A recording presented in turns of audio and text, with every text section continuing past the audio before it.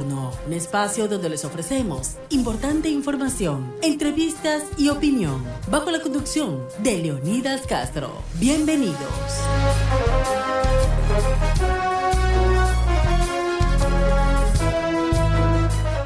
¿Cómo están? Buenas noches, bienvenidos. Soy Leonidas Castro, gracias por estar con nosotros aquí en un programa más de Diálogo Nocturno en I99 en el 98.9 FM. Gracias a quienes nos están sintonizando a través del dial de la radio y también a quienes nos siguen a través de nuestro canal digital de YouTube, nuestras plataformas digitales que salen en vivo también a través a nivel internacional también que nos pueden ver. Gracias a toda esa sintonía que están hasta ahora conectados. Por supuesto, Guayaquil, en algunas zonas de la ciudad, hoy cayó un fuerte y torrencial aguacero, principalmente en las zonas del centro y del sur de la ciudad.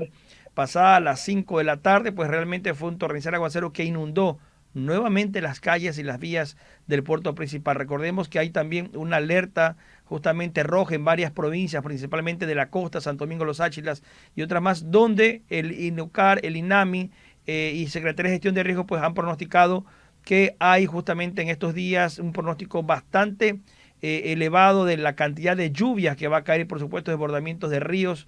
Hay riesgo de deslaves, también algunas zonas de la serranía pues están ocurriendo algunos deslaves y por supuesto hay que andar con mucha precaución en el país. Empezamos también con temas a nivel internacional, lo que ocurría ayer en México, lo que fue eliminar al líder del cartel Jalisco Nueva Generación justamente allá, alias El Mencho, y donde justamente ya veíamos este día pues un poco lo que ocurría, daba cuenta el ministro de Defensa mexicano, daba cuenta de varias bajas. Se habla de que al menos hay 60 muertos en la totalidad de las víctimas mortales por los últimos hechos de violencia registrados el día de ayer. Y también la figura, la recomposición, ¿qué va a pasar con ese cartel de droga muy poderoso de México, donde cae justamente el líder y justamente se ha dicho pues no que ha intervenido Estados Unidos en el tema de inteligencia, aunque la presidenta de México, Sheinbaum, ha señalado pues que han sido tropas mexicanas netamente las que actuaron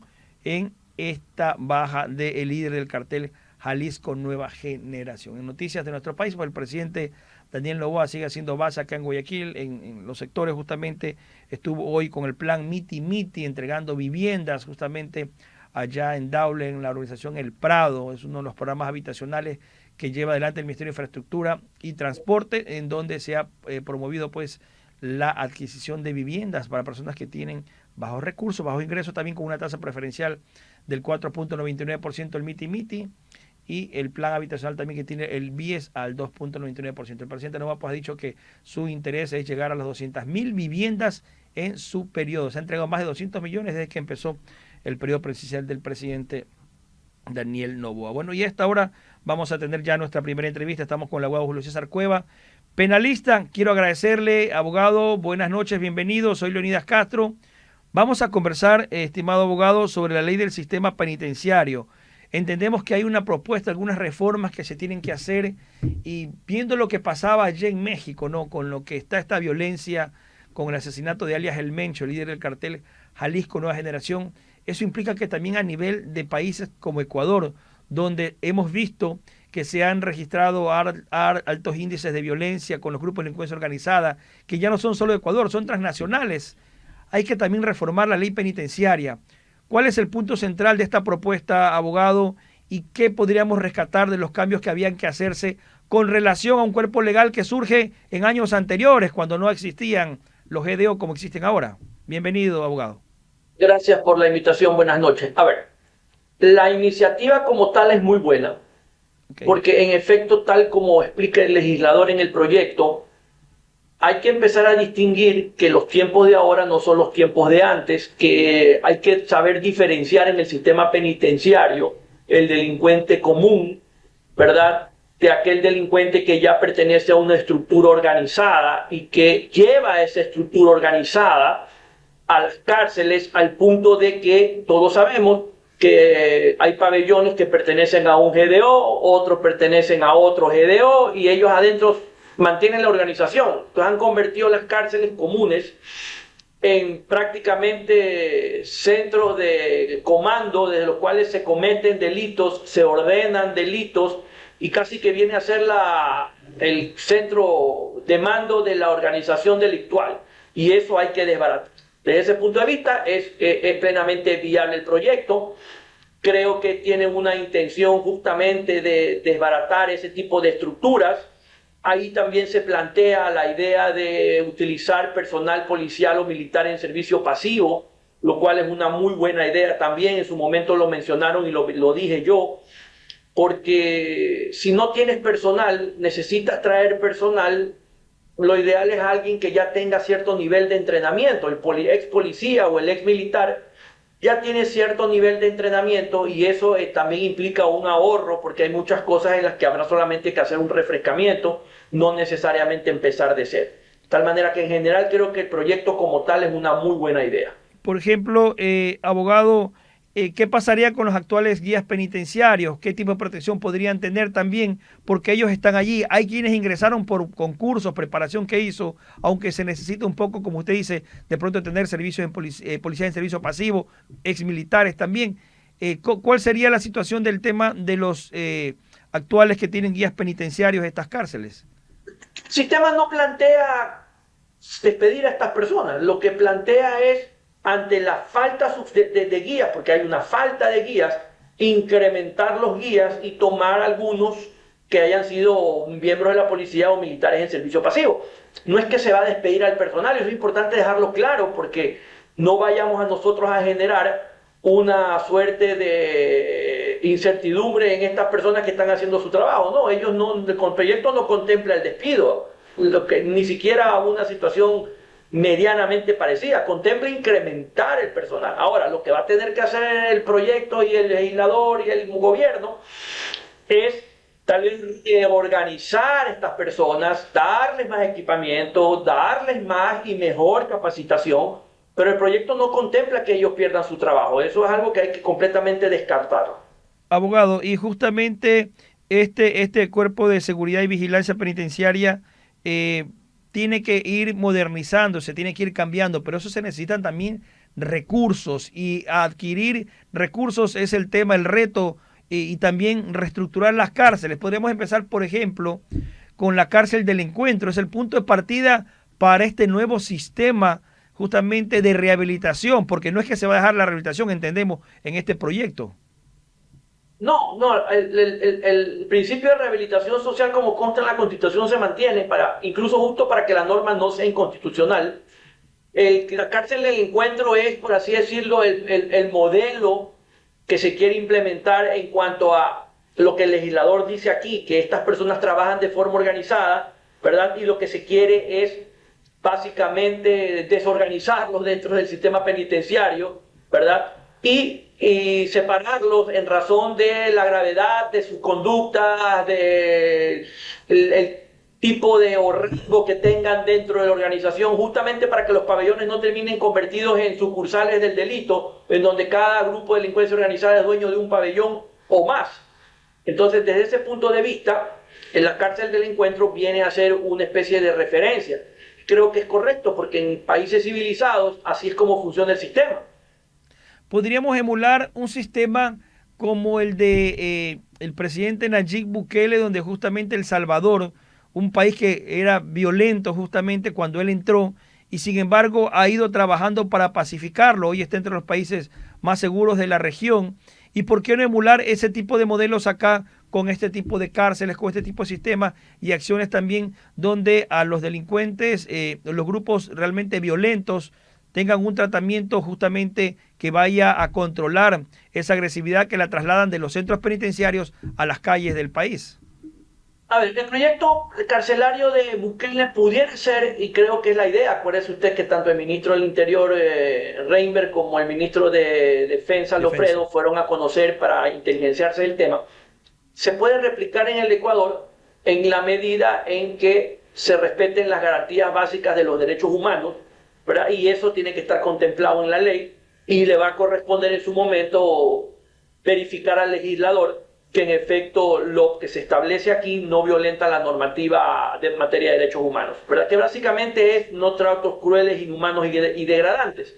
Pero eso no implica que en un momento dado estén separados, porque justamente en razón de su peligrosidad y de su pertenencia en cuanto al grado de la organización, habrá que separarlos de tal forma que no puedan reorganizarse adentro para seguir delinquiendo. Pero eso no viola derechos humanos. También en el proyecto entendemos que hay una propuesta de fortalecimiento del modelo a través de la inteligencia penitenciaria. ¿Hacia dónde apunta esto? Porque sabemos que los GDO tienen sus estructuras también donde hacen inteligencia. Es decir, el sistema penitenciario debería también entrar en un tema de inteligencia, pero sin que tenga que significar eso eludir responsabilidades del juez o algún de estos tipos de investigaciones previas que se puedan hacer. En todas partes del mundo civilizado hay sistemas de inteligencia penitenciaria justamente para evitar las masacres, para evitar las fugas, para evitar que se reorganicen, ¿verdad? O se organicen. De tal manera que sí, contar con un sistema de inteligencia penitenciario es algo que estaba haciendo falta, porque evidentemente el Estado ha estado completamente reactivo cuando tiene que ser proactivo. Y la prueba es que las masacres carcelarias han sido todas reactivas, ninguna ha sido preventiva porque no se pudieron prevenir y no se pudieron evitar. Si tal vez hubiésemos tenido un sistema eficiente de inteligencia penitenciaria, hubiéramos podido detectar de que había una programación o una organización para todo esto, que además, acuérdese usted, fue coordinado. Ocurrió en Guayaquil, ocurrió en Turio, ocurrió en Quito, ocurrió en Puerto Viejo, casi que de forma simultánea, ¿verdad? De tal manera que creo que también es parte interesante y plausible del proyecto el que exista un sistema de inteligencia penitenciario. Abogado, y el tema en el sentido de que el SNAI ha tenido muchos cuestionamientos, ha cambiado de nombre a través de los años y pues se habla mucho también del sistema que está corrompido. ¿Cómo tratarlo? ¿Cómo reestructurarlo? ¿Cómo cambiar esto y no caer en los errores del pasado? Bueno, eso ya es un tema de reestructuración administrativa, no requiere de una ley. Y básicamente es hacer una depuración del sistema a través de pruebas de confianza para ver quiénes pueden y quiénes no pueden estar en contacto, por así decirlo, aunque no deberían tener ningún contacto con los PPL. Pero debido a todo eso, usted tiene que hacer un cambio estructural en cuanto a la infraestructura del sistema penitenciario. Porque hoy por hoy, con excepción de la cárcel del Encuentro y tal vez La Roca, no lo sé, ¿verdad? Todas las cárceles parecen más bien bloques de viviendas del seguro, donde están construidos con bloques de cemento, es fácil esconder las armas. Usted ha visto que las paredes esconden armas y les hacen un enlucido. Están hechas de tal forma que hay contacto permanente entre los guías, y los guías se ven rodeados de 50 personas. Evidentemente no pueden y no van a hacer nada. Mientras usted no cambie eso, y entiendo que el gobierno ofreció una cárcel para 15.000 PPLs, va a ser difícil que usted pueda evitar que los maten, los intimiden, los amenacen, los compren, los corrompan. Punto aparte de eso, debe de haber un sistema que permita hacer unas pruebas de confianza, primero para saber quiénes se quedan, quiénes se van, dónde los ubica, dónde los reubica. Dos, permanentemente y de forma aleatoria para saber que no se han corrompido. Otras de las cosas que tiene que hacer es tan sencillas como, por ejemplo, el personal penitenciario no puede comer en la calle, por eso los matan. Usted ha visto al frente de la penitenciaria, tienen que tener un comedor. Tiene que estar prohibido que ellos vayan directamente por sus propios medios a los centros de penitenciaria. Por ejemplo, en Guayaquil, usted me pregunta, deberían ir de civil al Quinto Guayas, ahí uniformarse, subirse en un bus blindado, debidamente escoltado, ir al turno y lo propio de regreso del turno, de tal manera que nadie sepa quiénes son. Y en la cárcel deberían estar con los rostros cubiertos y sin ningún tipo de identificación que permita saber quiénes son, para evitar la corrupción y además la intimidación. Pero eso es un tema de reestructuración administrativa. Son justamente esas ideas, abogado Julio César Cueva, las que deben fluir y deben ser tomadas también por los gobiernos, porque realmente es un sistema que está caduco. Sabemos que el sistema penitenciario está en obsoletas y hay una sobrepoblación, y eso significa también reformar la ley, cambiarla sin que se le quiten las garantías, obviamente, al proceso de rehabilitación. Ahí la pregunta que voy a hacerle, abogado, tiene que ver con el tema de la cárcel del Encuentro. Hay quienes dijeron pues que se han irrespetado los derechos humanos de los internos, de los presos, que están aislados, que no hay comunicación. ¿Cree usted que podría existir algún riesgo en construir cárceles parecidas como el Encuentro, que son los modelos idóneos que se plantean justamente para tener estos sujetos de alta peligrosidad encerrados allí? Siempre hay un riesgo de que alguien quiera demandar una inconstitucionalidad normativa ante la Corte Constitucional, y ahí ese riesgo se mitiga primero haciendo bien una ley, asesorándose con gente que sepa en materia constitucional. Creo, y en su momento lo dije, hizo muy bien el gobierno en traer a la administración pública, a la parte jurídica, al doctor Herrería, que conoce cómo funciona y cómo piensa la Corte Constitucional. Este es un buen acierto. De hecho, se lo he recomendado públicamente y le insisto en la recomendación al presidente de la Asamblea, Nils Olsen, y a los jefes de bancada del gobierno, que tienen mayoría, que contraten asesores de ese nivel, ex jueces de la Corte Constitucional, gente que sepa que los asesores, porque no solamente debe ser el Ejecutivo, ellos también, para que puedan salir leyes que no tengan ese tipo de problemas. Y si los tienen, poderlos justificar a la Corte, ¿verdad? Y tener evidentemente un equipo único, tanto en la Asamblea como en el Ejecutivo, que puedan ir a defender en una eventual audiencia de inconstitucionalidad ante la Corte Constitucional que esto no representa una violación de derechos fundamentales. Por su parte, en su momento, de ser el caso, la Corte tiene que también ser ponderada, ¿verdad? Ponderar esto y decir, bueno, sí, aquí hay una situación de, en cierta medida, una restricción que se justifica en razón de la gravedad de los delitos que esta gente ha cometido, del nivel que tienen dentro de la organización, de la peligrosidad que representan para la comunidad, del abuso del derecho a pretexto de comunicación, que no lo utilizan para saber cómo está la familia, sino para mandar órdenes para seguir cometiendo delitos. Entonces también la Corte en su momento va a tener un rol importante en esto. La propuesta, abogado, de que justamente sean ex policías los que se puedan integrar al proceso de los sistemas penitenciarios del país, también tienen que ir con una prueba de confianza acompañada, porque sabemos que hay muchos policías o militares que han sido dados de baja y podrían también querer estar dentro de esas nóminas justamente para acceder, aunque haya otro grupo que puede estar en resistencia. Pero también eso es importante, los mecanismos que se van a utilizar para poder utilizar los nuevos elementos que vayan a reforzar justamente el sistema penitenciario del Ecuador. Claro, es que toda aquella persona que vaya a entrar al sistema tiene, no solo los que ya están, sino los que van a entrar, y no solo los que van a ser guías, sino incluso el que recibe las boletas, el que genera los oficios. Desde el portero hasta el director del SNAI a nivel nacional tienen que estar permanentemente siendo evaluados para continuar en el cargo, para acceder al cargo, ¿verdad? Y para mantener el cargo.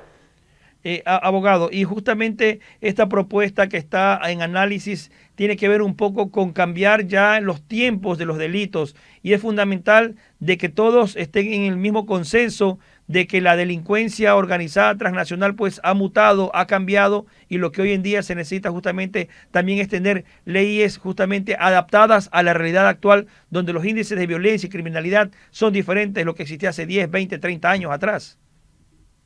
Claro, creo que en eso algo se estaba queriendo trabajar, pero el problema es que fueron normas que no pasaron por un buen tamiz constitucional.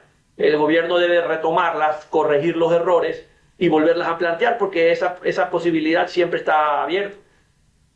Abogado, y para un poco ir finalizando, ¿cuál debería ser un poco el tratamiento que se le dé una vez que se den estos cambios estructurales? La aplicación, la implementación, hay que también tener decisión política para ejecutarla, porque luego vendrán los temas administrativos y muchas veces las cosas se pueden quedar allí. Claro, pero creo que empecemos por lo primero, que es la iniciativa, es muy buena. Habrá que hacerle sus correcciones probablemente, llamar a los interesados o a los que puedan conocer del tema para ajustarla, lo que hubiera que ajustar. Y una vez hecho esto, el gobierno tendrá que encontrar los recursos para poder implementar lo que establezca la ley, empezando por el tema de infraestructura, continuando con el tema administrativo, y hay que ir así haciendo camino al andar. Pero creo que por lo menos este primer paso vale la pena resaltarlo. Deberían replicarse justamente más cárceles del encuentro. Esos modelos son los que realmente le van a servir al Ecuador en el nuevo orden que quiere implementar en el sistema penitenciario del país. No, hay que hacer cárceles en todos los sentidos, porque usted no puede tener cárceles solamente para delincuencia organizada, porque usted también tiene delincuencia común. A ese no lo puede meter en una celda aislada, a ese sí es rehabilitable. El sistema lo que tiene que reconocer es que hay unos que son rehabilitables y otros no. Y en razón de la gravedad de sus delitos y en razón de la peligrosidad que representan, estar en distintos lugares.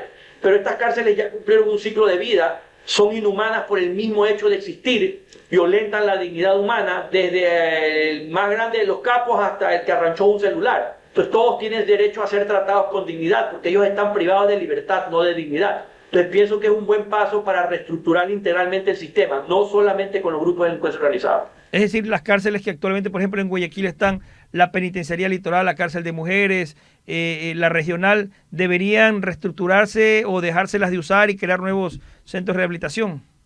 Sí, y eso creo que ha dicho el gobierno, que van a convertir la cárcel La Roca en la cárcel de mujeres, pero la van a rehabilitar, o sea, la van a adecuar, y me parece bien, porque La Roca tiene una estructura más o menos buena, fue creada con una idea más o menos parecida a la del encuentro, pero no tan avanzada. y podría esa infraestructura recuperarse mientras hacen la otra, y una vez que hagan la otra, pasar a estas personas acá y poco a poco ir reestructurando, porque van a tener cárcel como para 16.000 personas, pero hay como 40.000 en el sistema, ¿no? Y también hay que ver, el sistema tiene que también un poco ir aflojando esto de que no a todos le dicten prisión preventiva, porque hay gente que no justifica. Entonces eso también contribuye al hacinamiento, eso también hay que irlo depurando. Y por ejemplo, en ese sentido, contra el hacinamiento que existe, ¿qué medidas pueden aplicarse? Porque tampoco se lo puede hacer de la noche a la mañana. Esto es un proceso que puede llevar años y realmente hay que tratar de empezar por algo, como plantea usted, no por este proyecto al menos. Es bien difícil porque el hacinamiento no es estrictamente responsabilidad del Ejecutivo. El Ejecutivo no puede pasarse haciendo cárceles y no dejando dar salud y educación.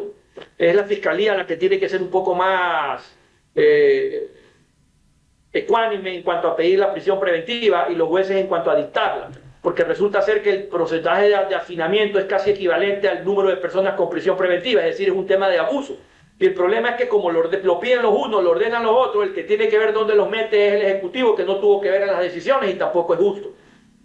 Y para ello también hay que tener una coordinación, una sinergia entre las funciones del Estado, el Ejecutivo, también con lo que tiene que ver Fiscalía, con la función judicial, coordinar justamente para que este problema que sabemos dónde está, que tiene años, justamente no siga creciendo el tema del hacinamiento por mayores presos que se están ingresando a las cárceles.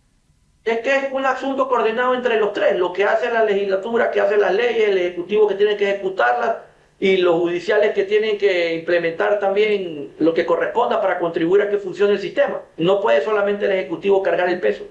En este proyecto, en este planteamiento, debe también buscarse asesoría internacional, abogado, buscar ayuda de países. En la medida en que se pueda, sí. Y también financiamiento, en la medida en que se pueda hacer. Muy bien. Muchísimas gracias al abogado Julio César Cueva, penalista, por estar con nosotros. Agradecer, digamos, hacia la parte final de Diálogo Nocturno. Gracias al abogado Julio César Cueva, hablando justamente sobre estas reformas a la ley penitenciaria que son urgentes y que hay que aplicarlas, por supuesto. Esperemos que este proyecto de ley siga adelante y se pueda concretar. Gracias por su gentil sintonía, lo esperamos en una próxima oportunidad. Buenas noches.